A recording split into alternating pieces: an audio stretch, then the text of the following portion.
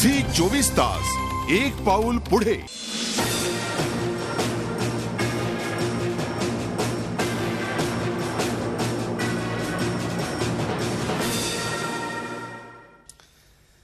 लोहपुरुष की मोहपुरुष हा विशेष कार्यक्रम पाहताय आपण। अडवाणी यांच्या राजीनामा नाट्यानंतर उसळलेल्या एकूणच प्रतिक्रियांचा कल्लोळ आपण पाहतोय।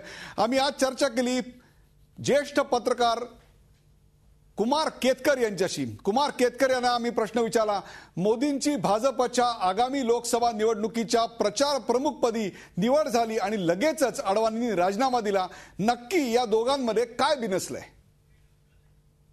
लालकृष्ण अडवाणी यांना ज्या पद्धतीने मोदींना त्यांच्या निवडणूक प्रचार समितीचं मुख्य केलं गेलं, ती पद्धत त्यांना संघाच्या पद्धतीत बसते असं वाटत नाही, किंवा जनसंघाच्या पद्धतीत बसते असं वाटत नाही, भारतीय जनता पक्षाच्या पद्धतीत बसते असं वाटत नाही।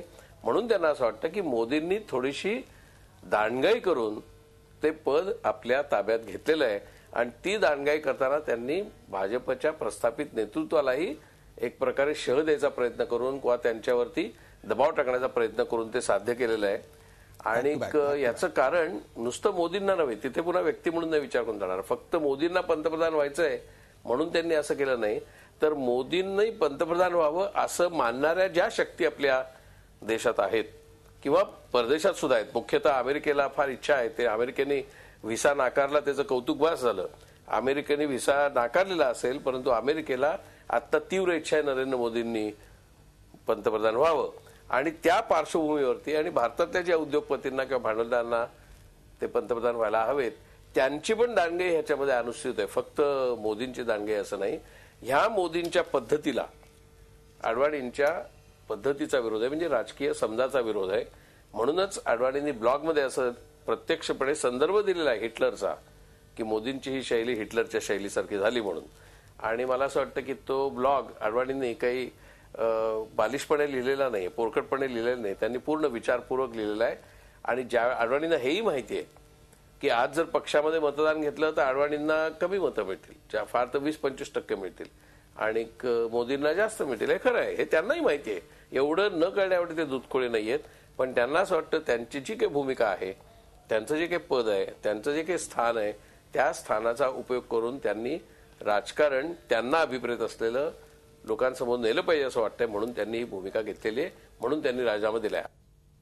बरोबर आहे। अडवाणींना जे नेमकं म्हणायचे ते त्यांनी यापूर्वी ब्लॉगवरही लिहिलेलं होतं आणि त्यापेक्षा सुद्धा आजच्या पत्रातनं सांगितलेलं आहे। परंतु केतकर साहेब, सध्या भाजपचे सगळे नेते अडवाणींची इतकी मनधरणी का करतायत? पण अडवाणींचा निर्णय त्यावर काय असेल? ते राजीनाम्यावर ठाम आहे असं म्हणतायत, तुम्हाला काय वाटतं, ते राजीनामा मागे घेतील? काय होईल कोणीच सांगू शकत नाही, पण व्यक्तिशः मला असं वाटतं ते बहुधा राजीनामा मागे घेणार नाहीत। त्यांनी भाजपचा राजीनामा दिलेला नाही, भाजपच्या सदस्यत्वाचा राजीनामा दिलेला नाही, त्यांनी राष्ट्रीय स्वयंसेवक संघावरती टीका केलेली नाही, त्यांनी भाजपच्या अध्यक्षांवर किंवा अन्य कोणत्याही नेतृत्वावर टीका केलेली नाही। म्हणजे त्यांनी काही भाजपापासून घटस्फोट घेतलाय, काडीमोड घेतलाय असं नाहीये, त्या भाजपच्या चौकटीत राहून ही पद्धत मोदींची त्यांना मान्य नाही हे त्यांनी सूचित केलेलं आहे। बरोबर आहे। सुरेश भटेवरा, ज्येष्ठ पत्रकार सुरेश भटेवरा आपल्या बरोबर आहेत। सुरेश भटेवरा यांना मला विचारायचं आहे, मला तुम्ही सांगा सुरेशजी, नेमका अडवाणींना त्यांच्या राजीनामा पत्रानं काय साधायचं होतं? स्वतःचं अस्तित्व जाणून द्यायचं होतं? भारतीय जनता पक्षामध्ये एक प्रकारचं विचार मंथन करायचं होतं का दुसरीकडे मोदींच्या विरोधातली जी लॉबी आहे भारतीय जनता पक्षामध्ये त्यांना कुठेतरी एक प्लॅटफॉर्म मिळवून द्यायचा होता? काय सांगाल? आता कुमार केतकरांनी जे सांगितलं त्याच्याशी मी बऱ्यापैकी सहमत आहे। याचं मुख्य कारण असं आहे की अडवाणी गेले 50 वर्षापेक्षा जास्त काळ भारताच्या राजकारणात अत्यंत महत्त्वाच्या पदावर आणि केंद्रस्थानी, विशेषतः भारतीय जनता पक्षाचे ज्यांना सर्व देशातले कार्यकर्ते आईवडिलांच्या स्थानी मानायचे असे वाजपेयी आणि अडवाणी हे दोनच नेते, त्याच्यापैकी अडवाणी आहेत। त्याच्यामुळे त्यांनी आज जे काही कृती केली त्याचं भाजपमध्ये जरी धक्का बसलेला असला तरी मीडियाला अजिबात धक्का बसलेला नाही आहे। हे असंच घडेल अशा प्रकारचं एकूण चित्र, कारण ज्या पद्धतीने मोदींनी जानेवारी महिन्यापासून पंतप्रधान पदाचा हाईप वेगवेगळ्या माध्यमातून चालवला होता, तो पक्षात अनेकांना मान्य नव्हता आणि त्याचं प्रतीक आज अडवाणींच्या राजीनाम्यातून व्यक्त झाला असं मला स्वतःला वाटतं. एक महत्त्वाची गोष्ट अशी आहे की कुठल्या तरी आभासी जगामध्ये आपण वावरतोय याचं भान मोदी आणि त्यांच्या समर्थकांना राहिलेलं नाही.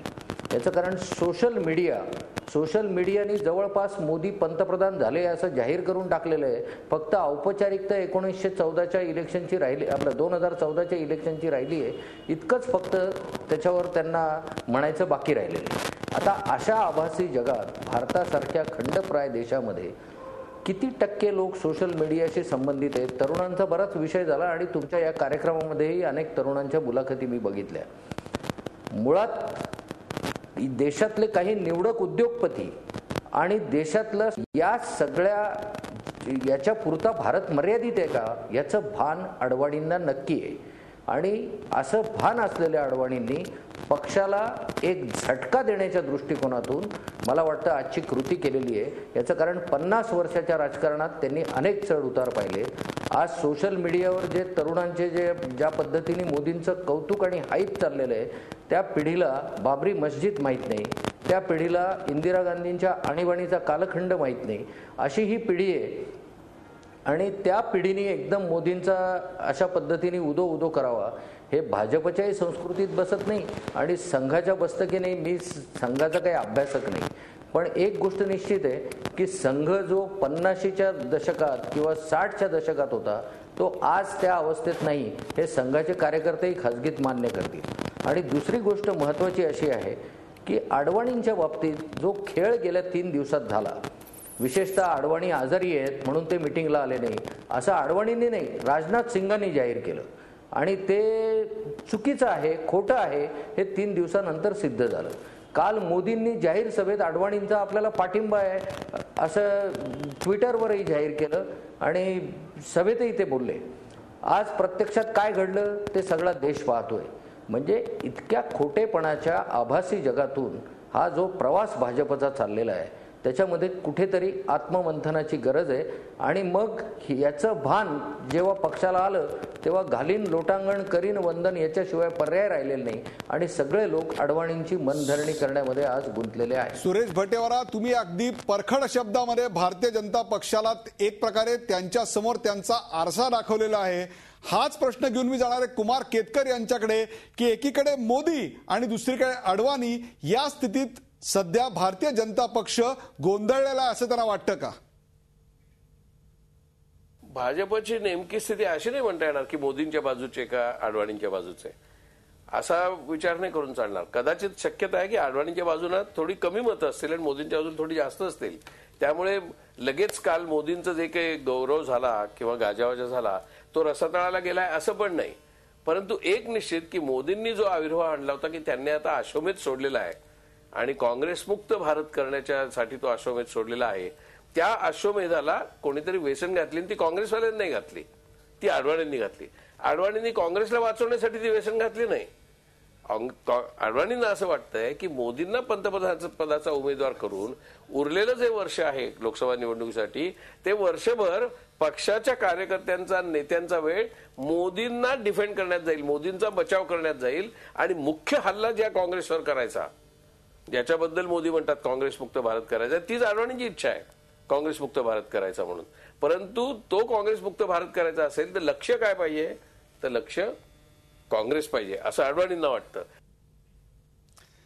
भारतीय जनता पक्षाचं लक्ष नेमकं काय असलं पाहिजे आणि नेमकं आता भारतीय जनता पक्षामध्ये काय होतंय याचं एक विश्लेषण आपल्याला कुमार केतकर यांनी दिलं. मला जायचंय दिलीप देवधर यांच्याकडे.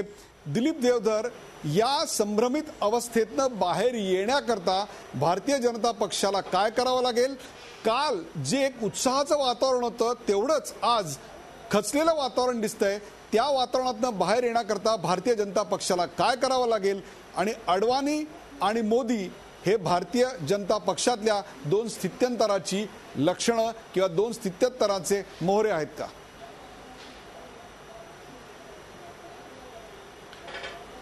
पहिला मुद्दा महत्वाचा की भारतीय भाजपामध्ये आज संभ्रमावस्था नाही. भाजपामध्ये आता अडवाणींचा काळ संपलेला आहे याच्याबद्दल मोठ्या प्रमाणामध्ये कॅडरमध्ये कार्यकर्त्यांमध्ये मान्यता आहे. आता काँग्रेसला जर हरवायचं असेल काँग्रेसच्या विरोधामध्ये काँग्रेस मुक्त भारत निर्माण करत असेल तर आता स्ट्रॅटेजी भिन्न लागतील, आता एकूण कार्यक्रम भिन्न लागेल. या दृष्टीने नरेंद्र मोदींच्या नेतृत्वामध्ये तरुण कार्यकर्ते आज जे मागच्या 50 वर्षात वाजपेयी आणि अडवाणींनी केलं ते भविष्यामध्ये आता नरेंद्र मोदी आणि इतर तरुण जी नेते मंडळी त्यांच्या नेतृत्वामध्ये काम करण्यासाठी, युद्ध जिंकण्यासाठी, युद्ध म्हणजे लोकशाहीचं युद्ध, आज भाजप समोर जाणार आहे. आणि म्हाताऱ्या नेतृत्वामुळे जो मागच्या 5-10 वर्षामध्ये जी मरगळ होती ती झटकून आता युवाचं नवं नेतृत्व भाजपात दिसेल.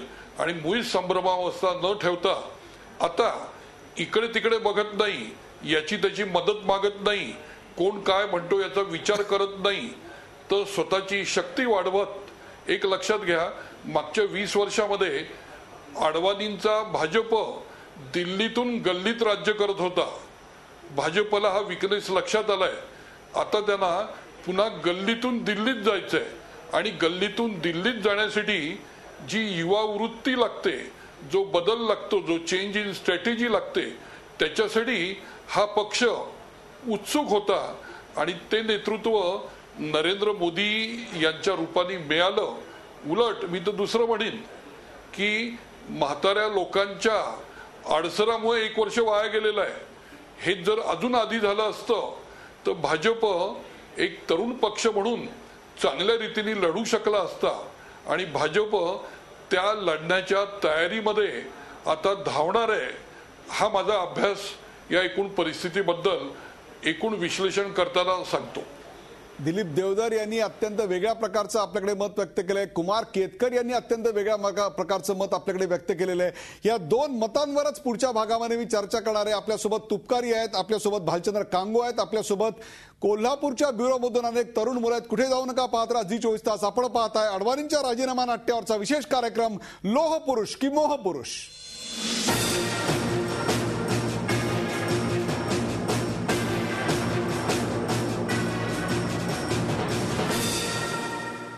झी 24 तास, एक पाऊल पुढे.